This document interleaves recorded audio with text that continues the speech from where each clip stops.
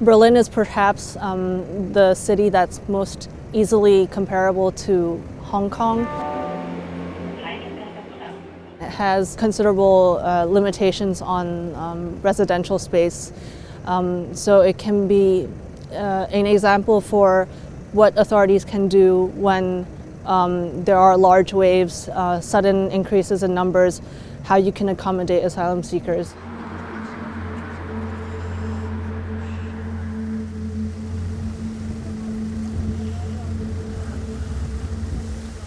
I'm from Hong Kong. I was previously a journalist and I covered court issues. I became very interested in what constitutes good asylum policy, what constitutes a good system for screening in people who require protection. The aim of this project is to look at Germany, which has significant experience in asylum matters, and to reflect on how Hong Kong can change or alter its system.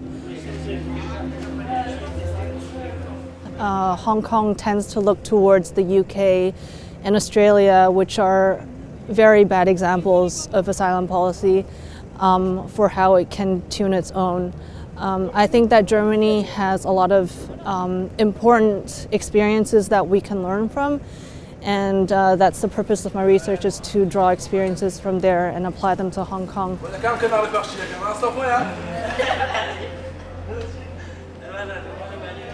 I think Hong Kong's a lot of the average perspective of what a refugee or an asylum seeker is quite negative.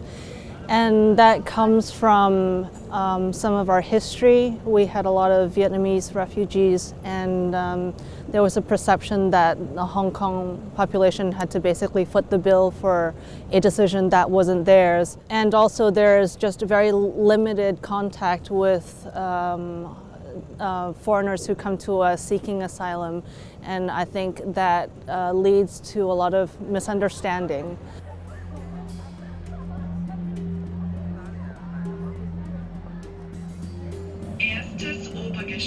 We can reference the German experience with this as well. There has been a great change, and you have to ask why that is. I think it comes from the media changing its tone. Nowadays, most of the newspapers are very much positive in tone when they speak about asylum seekers. You see Merkel and a lot of the main politicians speaking positively or constructively about refugees coming in. This is something that we have to pay attention to in Hong Kong, especially at a point when we're seeing the Security Bureau put out documents that reference asylum seekers as illegal immigrants, with language that is heavily tinted. Our politicians and our government have to take responsibility for how they label these people who are seeking protection in our territory.